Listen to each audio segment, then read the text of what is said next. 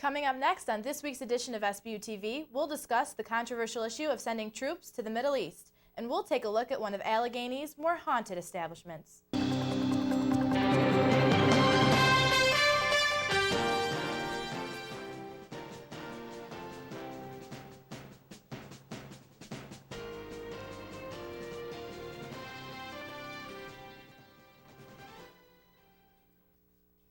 Hello and welcome to Sbu TV. I'm Amanda Ciavarri. And I'm Charlie Specht. President Obama has a big decision to make. I'll show you how it will affect local ROTC cadets. The body of this fallen U.S. soldier will serve as a grim reminder to President Barack Obama as he decides how many additional troops to send to Afghanistan. And for the cadets of St. Bonaventure's Seneca Battalion, that decision will be a crucial one. They understand exactly what they're getting into, whether it's Afghanistan or Iraq or any of the other places soldiers currently serve. While President Obama has been chided by some and praised by others for taking time to make his decision, the cadets who will be in harm's way had a lot less to say about how many troops Obama will deploy. What he does, we're going to do, so my opinion is irrelevant. If that's what the mission requires, is to send as many troops over there as possible, then that's part of our job, is to follow the mission. Cadet leader Thomas Rosetti said that respect for authority is crucial for soldiers who need to keep a sharp focus on their duties. The chain of command is very crucial in the decision-making process. I mean, if it was up to everybody to voice their opinion, you'd never get anything done. Rosetti, a political science major in charge of a few groups of cadets, follows each day's news to stay informed of what he will eventually be facing in the Middle East. So what decision does he think the president should make? Whatever serves his country best, basically. Leitch said he's not surprised at the amount of time President Obama has taken to make his decision. For the commander-in-chief, the decision he has to make has to be right. I think it's prudent that he takes as much time as he needs. For Sbu TV, I'm Charlie Specht. President Obama is expected to make his decision after returning from Asia. An establishment in Allegany haunted by spirits past, Mike Connors takes a closer look.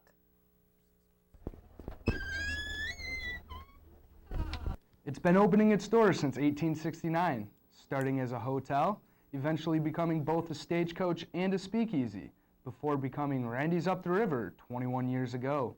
It isn't known how far back the establishment has been assailed by spirits, but since purchasing it, Randy has encountered many abnormalities. I went down there and I cleaned the entire bin out. There was no bottles in there. Locked up. I was the only person there that had a key to get in. When I went downstairs, there was a drinking glass, a small 6-ounce container of tomato juice, and a pool cue down the chute. I just couldn't explain that. He also noted that the poltergeist harbors distaste for one drink in particular. If we put it on the top shelf, it will smash on the floor.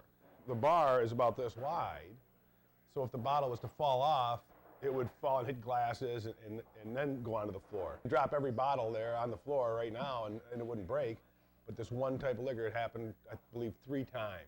Those were isolated events. The poltergeist makes his presence known much more often in a much less malicious manner. I would hear Debbie, and I would look. It sounded like it was coming from maybe the pool room. Go out, there's nobody there. Look in the kitchen, nobody there. Several employees and patrons at Randy's have claimed to see a man enter the bar dressed in a plaid shirt and blue jeans, only to disappear before they could get a closer look. As far as I know, I'm not crazy, because if I am, then an awful lot of us are. Randy had this to say about the haunting.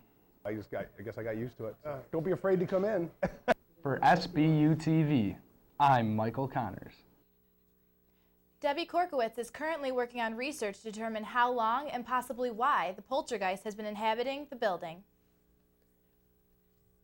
Coming up next, we'll take a deeper look at the St. Bonaventure hockey team and show you the results of the Olean mayoral election.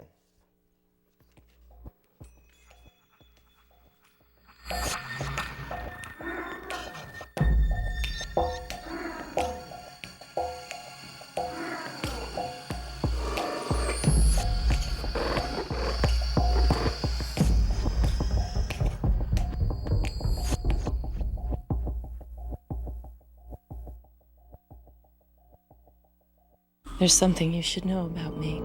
I'm cold. I'm calculating. I get what I want. If you get in my way, I'll wreak havoc upon you. I can leave you weak, limp, twisted, confused. If you want to live to see tomorrow, you answer to me, and you answer quickly. I am a stroke. Learn to recognize a stroke and act quickly. Time lost is brain lost. St. Bonaventure confirms its first case of the H1N1 virus on campus. Maggie Bontemps reports. Last week, school officials alerted students that a confirmed case of the H1N1 virus was present on campus. The confirmed case that we know about, we were notified late on a Friday afternoon, so we quickly needed to mobilize how to get the information out to the campus community. Whether school officials will continue to update students with each confirmed case of the H1N1 virus is yet to be determined. Really, the science is that whether you have one case, 100 cases, or no cases, what we all have to do to take care of ourselves is really not any different. Dehydration is one of the top threats to the immune system, so keeping yourself hydrated will help protect you this flu season. Other preventative measures include washing your hands, using hand sanitizer, and not touching door handles. The flu has definitely started much earlier this year than usual. The peak flu season usually isn't until February, March. The regular flu virus lasts about a week in most cases if people stay well rested and take the prescribed antibiotics. For Sbu TV, I'm Maggie Bontemps. A free H1N1 flu vaccine clinic for St. Bonaventure University students and staff will be held Wednesday, November 11th. Frustrated community members in Olean wanted a change, and their actions Tuesday in the voting booth showed just that. Sbu TV's Katie Beacham reports. Supporters gathered at incumbent Mayor David Carucci's election headquarters on West State Street. Over on North Union Street, County Legislator Linda Witte was joined by her supporters. As the votes were tallied, both sides waited in anticipation late into Tuesday night. Before the numbers became official, one side celebrated, while the other was trying to be gracious in defeat.